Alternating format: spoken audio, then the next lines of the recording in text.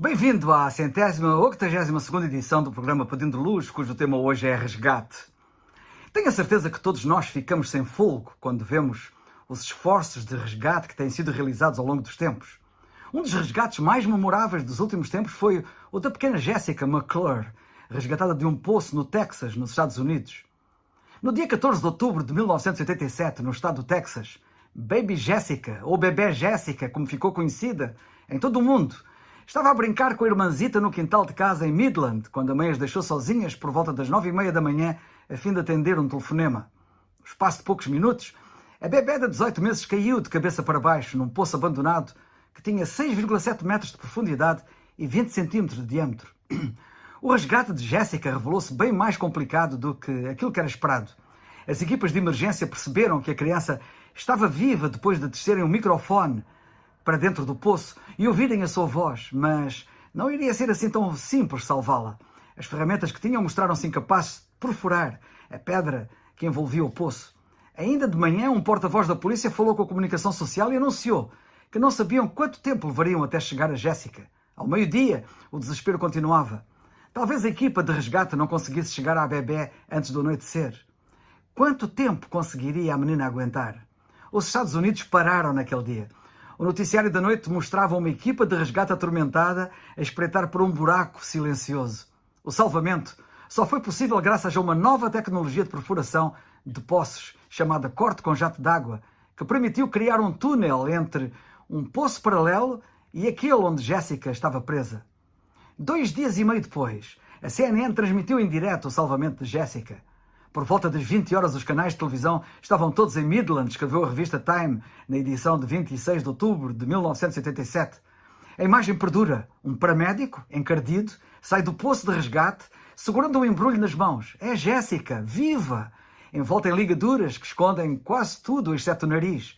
Os braços lamentavelmente magoados, os olhos assustados e mechas de cabelo loiro. A história de Jessica emocionou o mundo. As doações chegaram quase aos 700 mil euros, valor que os pais decidiram guardar até Jessica fazer 25 anos de idade. Completou-os a 26 de março de 2011. Após o resgate, a criança foi submetida a 15 cirurgias e viu amputado um dedo do pé. Hoje, com 37 anos de idade, Jessica diz ter poucas memórias daquele tempo. Ficou com artrite reumatoide crónica e ainda tem cicatrizes na testa. Tirando isso, ela está bem. A sua história, porém, permanece até aos dias de hoje perpetuada num filme realizado pela cadeia de televisão ABC em 1989, chamado A Bebé de Toda a Gente, o resgate de Jessica McClure. As imagens do salvamento também foram utilizadas no videoclipe de Michael Jackson, Man in the Mirror, o Homem no Espelho. Com a sua frágil vida em risco, equipas de resgate trabalharam incansavelmente o tempo todo para a libertar daquele perigo. Os esforços heroicos daqueles homens e mulheres serão lembrados por muitos e muitos anos. Afinal, eles salvaram uma vida preciosa, a vida de uma bebé. Outro esforço de resgate que está muito acima deste e de todos os outros e que merece a nossa atenção especial é o de Deus, quando Ele nos resgatou, diz a Bíblia, das profundezas do pecado. Desde a queda do homem no Jardim do Éden, que este se afundou no pecado que o levaria à escuridão do inferno para todo sempre. Mas debaixo dessa ameaça, perdidos, Deus empreendeu o maior esforço de resgate que este mundo jamais conheceu. Em Efésios, no capítulo 1, versículo 7, lemos que em Cristo nós temos a redenção, ou seja, o resgate pelo seu sangue. Por que é que Deus enviou o seu Filho unigênito para nos remir ou resgatar? Por que é que Ele não chamou alguém da raça humana, da humanidade? Estas perguntas são muito pertinentes, porém, sabe que alguém da raça humana nunca nos poderia salvar porque o pecado condenou toda a humanidade, sem exceção. O testemunho das Escrituras é muito claro e verdadeiro, pois diz: todos pecaram e destituídos estão da glória de Deus. Romanos 3,23. Eu não poderia morrer pelos teus pecados, porque tenho os meus próprios pecados que me colocaram sob a sentença de morte e condenação. Eu ou qualquer outro. Eu não poderia resgatar-te a ti, nem tu a mim, porque estamos todos na mesma condição, sem esperança de nos conseguirmos salvar a nós mesmos.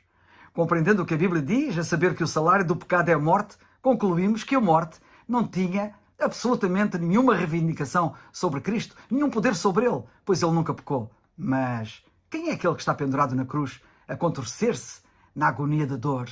Quem é aquele que está ali a morrer, cujo rosto está irreconhecível, morrendo por todos nós. Para nossa surpresa, é Ele, o próprio Filho de Deus, o Filho unigênito de Deus, Jesus Cristo. Mas dirás tu, mas isso não pode ser. Ele não conheceu o pecado, a morte não tem poder sobre este santo de Deus. Não pode tomá-lo.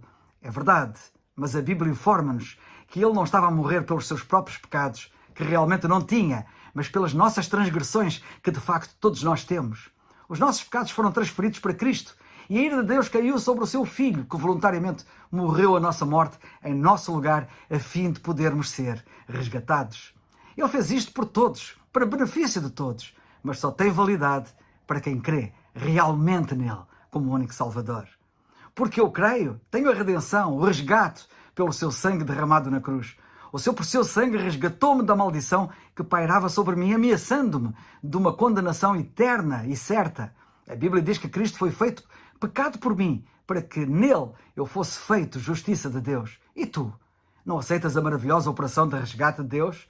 Não queres ir até ao Calvário? É ali que o resgate se dá, baseado no precioso sangue derramado do seu Filho. Olha bem para a cruz e vê o que ali acontece. Mas toma atenção. Tens que ter em mente que deves vir a Cristo à maneira de Deus, não à tua maneira. Ele diz que não aceita as tuas boas obras, a tua filiação a uma igreja, o teu batismo ou confirmação. Se essas coisas pudessem salvar-nos, então Cristo não precisaria de ter vindo resgatar-nos. Mas Ele veio porque não havia outra hipótese.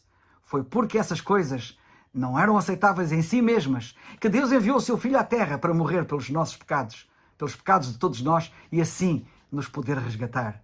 Só tens que compreender o que ali se passou na cruz do Calvário e crer nele.